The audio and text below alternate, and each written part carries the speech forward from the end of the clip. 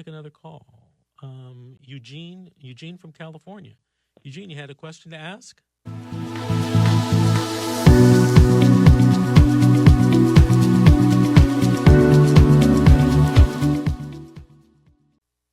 Yes, I have a notice of hearing on petition coming on up October 26th. And DCFS is doing their investigation, of course, and they ask for the birth certificate and Social Security. Hey, Eugene, if you're on a speakerphone, please turn that off for me. No, I'm on the earplugs. You can't hear me? Well, it's causing some technical difficulties, but go ahead. Okay.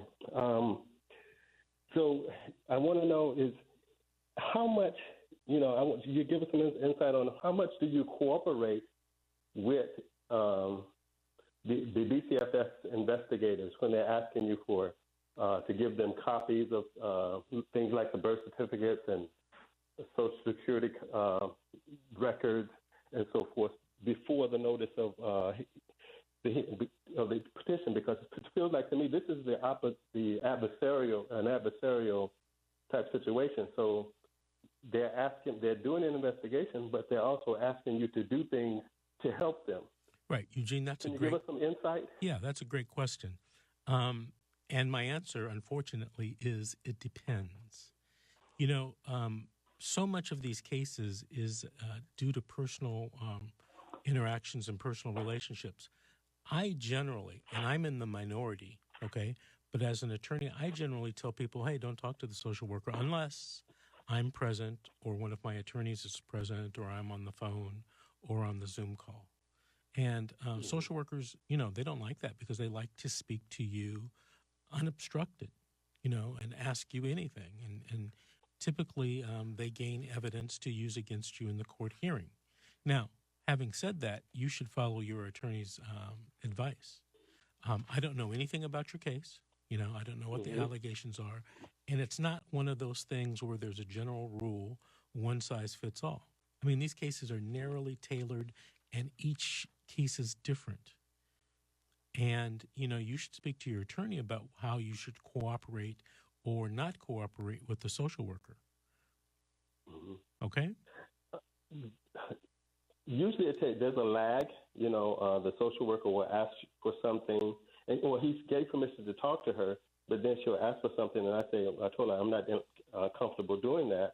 I'll talk to my lawyer. But usually there's a lag between two or 3 days, and so I risk them saying, "Oh, Judge, he was not cooperative with our investigation," which they like to say, they said about me before that I'm not cooperative. Right. So I have a general rule. If you speak to the social worker, you're taking a chance. 1 to 10, 10 being worse, it's usually a 10. If you don't speak to the social worker, it's a 5 because they're going to say, "Oh, he didn't cooperate." Not that you have a duty to, in my opinion, but again, email or text your attorney, get some information. And if you're talking to the social worker, say this: "Look, ma'am, I'd love to answer your questions. I got to talk to my attorney first. Okay. And then I will contact you, or my attorney will contact you with the answer." Okay, Eugene? Okay. Hey, Eugene, thank you for your help. All right, thanks for calling. Keep listening. Call us in a few weeks. Let us know how, this whole thing turns out with you giving information the social worker wants. Cynthia, do you get calls about questions on your show about should I talk to the social worker? All the time.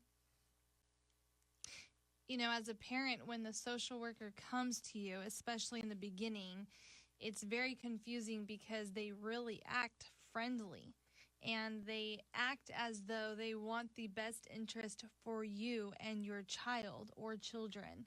So they play a game. It happens to be one of my questions on here for tonight of something to discuss of social workers and their games.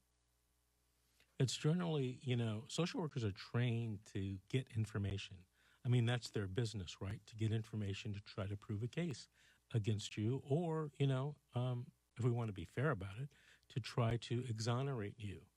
But more times than not, I have noticed over the years, social workers take that information and use it for their own agendas. Sometimes my client says ABC and the social worker report says XYZ. Or sometimes my client says ABC and the social worker's report says BCD. Just a little bit different. Right. And sometimes, clients are always telling me, hey, man, Vince, that was taken out of context, what I said and how I said it. So it's very, very dangerous. I wish social workers would interview people and video or audio tape it. Everybody's got the smartphone. Why aren't we taping things? Why aren't we, so we don't have to argue about what you said in an interview? I don't know. We've got to take another break. This is The Secret. I'm Vince Davis with Cynthia Becker. We'll be back with more questions.